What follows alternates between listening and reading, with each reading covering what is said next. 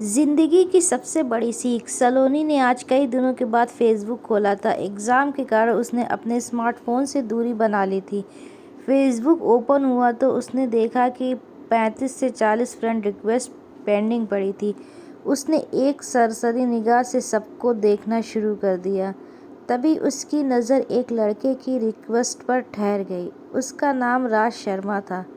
बड़ा का स्मार्ट और हैंडसम दिख रहा था।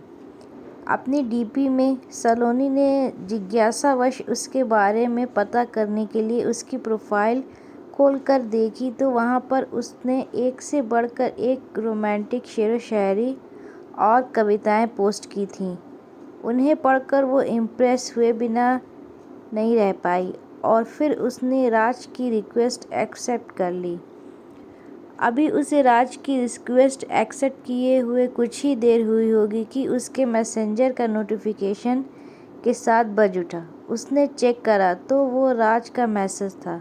उसने उसे खोलकर देखा तो उसमें राज ने लिखा था, थैंक यू वेरी मच। वो समझ गई थी कि वो क्यों थैंक्स कह रहा है। फिर भी उससे मज़े लेने के लिए उसने रिप्लाई करा, थैंक्स किस लिए। उधर से तुरंत जवाब आया, मेरी रिक्वेस्ट एक्सेप्ट करने के लिए। सलोनी ने कोई जवाब नहीं दिया, बस एक स्माइली वाला स्टिकर पोस्ट कर दिया और फिर मैसेंजर बंद कर दिया। वो नहीं चाहती थी कि एक ही दिन में किसी अनजान से ज़्यादा खुल जाए। और फिर वो घर के कामों में व्यस्त हो गई। अगले दिन उसने अपना फेसबुक खोला तो उसे राज के मैसेज नज़र आए। राज ने उसे कई रोमांटिक कविताएं भेज रखी थी। उन्हें पढ़कर उसे बड़ा अच्छा लगा। उसने जवाब में फिर से स्माइली वाला स्टिकर सेंड कर दिया। थोड़ी देर में ही राज का रिप्लाई आ गया। वो उससे उसकी हॉबीज़ के बारे में पूछ रहा था। सलोनी ने राज को अपना संक्षिप्त परिचय दे दिया। उसका परिचय जानने के बाद राज ने भी उसे अपने बारे में बताया कि वो MA BA कर रहा है और जल्दी ही उसकी जॉब लग जाएगी। और फिर इस तरह से दोनों के बीच चैटिंग का सिलसिला चल निकला। सलोनी की राज से दोस्ती हुए अब तक 1.5 महीना हो चुका था। सलोनी को अब उसके मैसेज का इंतज़ार रहने लगा था। जिस दिन उसकी राज से बात नहीं हो पाती थी तो उसे लगता था जैसे कुछ अधूरापन सा है। राज उसकी ज़िंदगी की आदत बनता जा रहा था। आज रात फिर सलोनी राज से चैटिंग कर रही थी। इधर उधर की बात होने के बाद राज ने सलोनी से कहा, यार हम कब तक यूं ही सिर्फ फेसबुक पर बातें करते रहेंगे। यार मैं तुमसे मिलना चाहता हूँ। प्लीज़ कल मिलने का प्रोग्राम बनाओ ना। सलोनी खुद भी उससे मिलना चाहती थी और एक तरह से उसने उसके दिल की ही बात कह दी थी, लेकिन पता नहीं क्यों वो उससे मिलने से डर रही थी। शायद अनजान होने का डर था।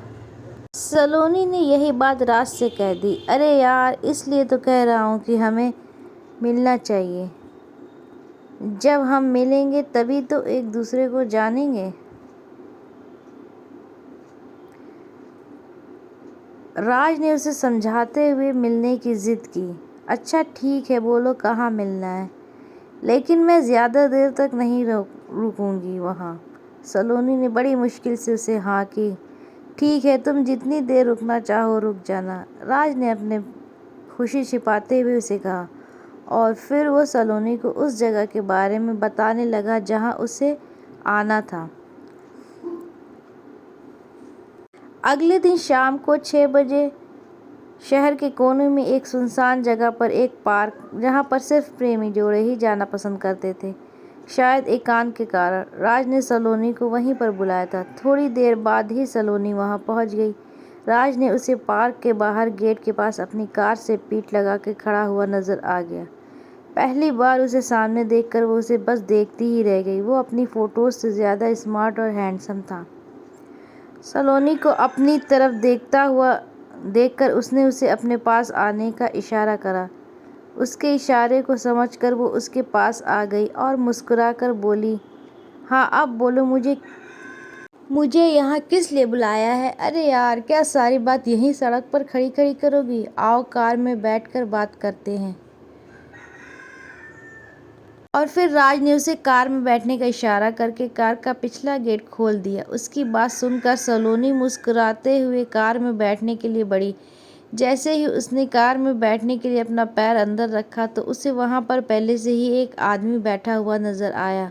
शक्ल से वो आदमी कहीं से भी शरीफ नजर नहीं आ रहा था। सलोनी के बढ़ते कदम ठिठक गए। वो पलटकर राज से पूछने ही जा रही थी कि ये कौन है कि तभी उस आदमी ने उसका हाथ पकड़कर अंदर खींच लिया और बाहर से राज ने उसे अंदर धक्का दे दिया। ये सब कुछ इतनी तेजी से हुआ कि वो संभल भी नहीं पाई और फिर अंदर बैठे आदमी ने उसका मुंह कस कर दबा लिया ताकि वो चीख ना पाए और उसके हाथों को राज ने पकड़ लिया। अब वो ना तो हिल सकती थी और ना ही चिल्ला सकती थी। और तभी कार से दूर खड़ा एक आदमी कार में आके ड्राइविंग सीट पर बैठ गया और कार स्टार्ट करके तेजी से आगे बढ़ा दी। पीछे बैठा आदमी जिसने सलोनी का मुंह दबा रखा था वो हंसते हुए राज से बोला, वाह भाई वाह, मज़ा आ गया, आज तो तुमने तगड़े माल पर हाथ साफ करा है। उसकी बात सुनकर राज मुंह ऊपर उठाकर ठहाके लगा के हंसा। उसे देखकर ऐसा लग रहा था कि जैसे कोई भेड़िया अपने पंजे में शिकार को दबोच के हंस रहा हो। और वो कार तेजी से शहर के बदनाम इलाके जिस्म की मंडी की तरफ दौड़ी जा रही थी। ये सलोनी की कहानी उन लड़कियों को सबक देती है जो सोशल मीडिया से अनजान लोगों से दोस्ती कर लेती हैं और अपनी ज़िंदगी गंवा लेती हैं।